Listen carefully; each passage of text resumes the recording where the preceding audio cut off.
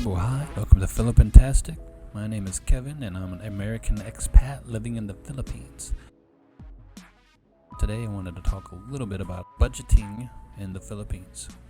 So whether or not you're going to be coming here as a tourist or moving here as a retiree or through marriage, it's good to have like a financial plan so that you can enjoy what the Philippines has to offer and not have as much stress to deal with when it comes to your finances.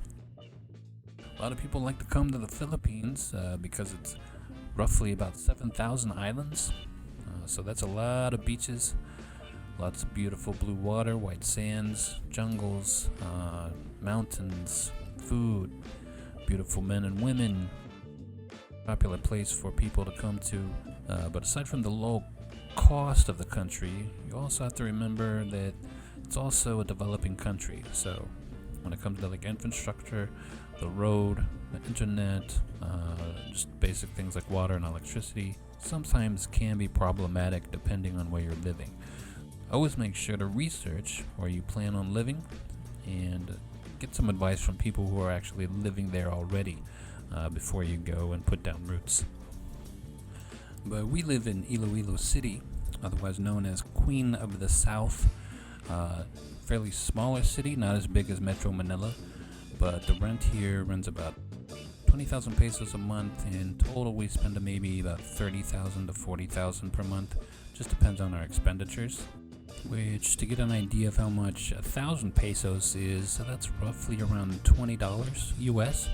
So about 25 to 30K, $600 a month. The electric runs about 2,000 a month. And this also depends on your location and the size of your house. If you have a lot of people living in your household. Our AC units run pretty much all night in my room, and we're endlessly charging batteries and laptops, phones. Batteries are very important here because, as every expat will experience, the occasional brownout.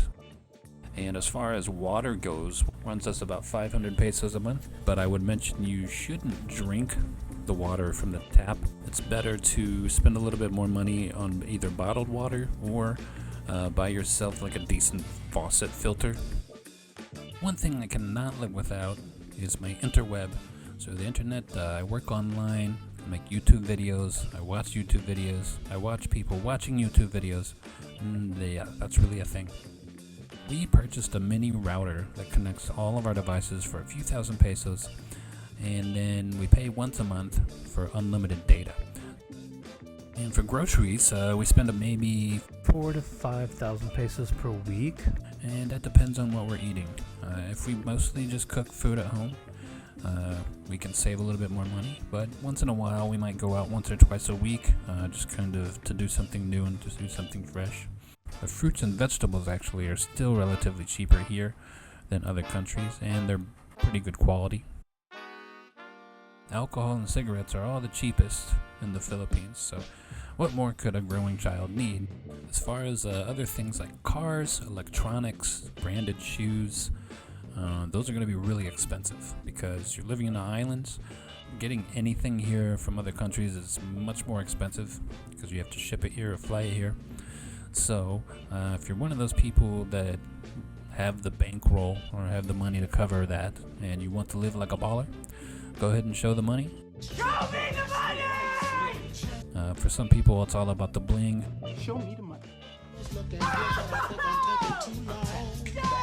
I would not advise that in a third world country because you also, if you're walking around with the newest pair of Nikes and a nice Rolex, you're also making yourself a target for people who could potentially rob you. Another thing that I would plan for once you get here and you get all settled in, you'll probably get a little bit antsy and want to do some traveling because you are in Southeast Asia, and not only does the Philippines have many great places to go, but you're also very near to some other countries that would be pretty exciting to visit as well. So it's a good thing to have kind of a stash if you plan on doing any traveling. Another thing I'd recommend is that if you are going to do any traveling, even just within the Philippines, make sure that you're staying on top of the visa situation. Coming here on a tourist visa, that has fluctuated over the past year because of the coronavirus. So make sure you know how long you can come here if you're just here as a tourist, or even if you come to plan on living here, because there's a lot of little nuances going on with that lately. So just make sure that you're doing your research online. And the last thing I would like to mention about budgeting and finance when you're in the Philippines is the banking situation. So seems to be very difficult to get a bank account set up here. Sometimes you need to be married, sometimes you need to have the appropriate visa, sometimes you just need to have enough money. Show me the money! So again, it's one of those things you need to know the ins and outs of what each requirement is with the different banks. If you have a bank account already with somebody like Citibank or HSBC, it's fairly easy to find places to withdraw money here or even deposit and transfer.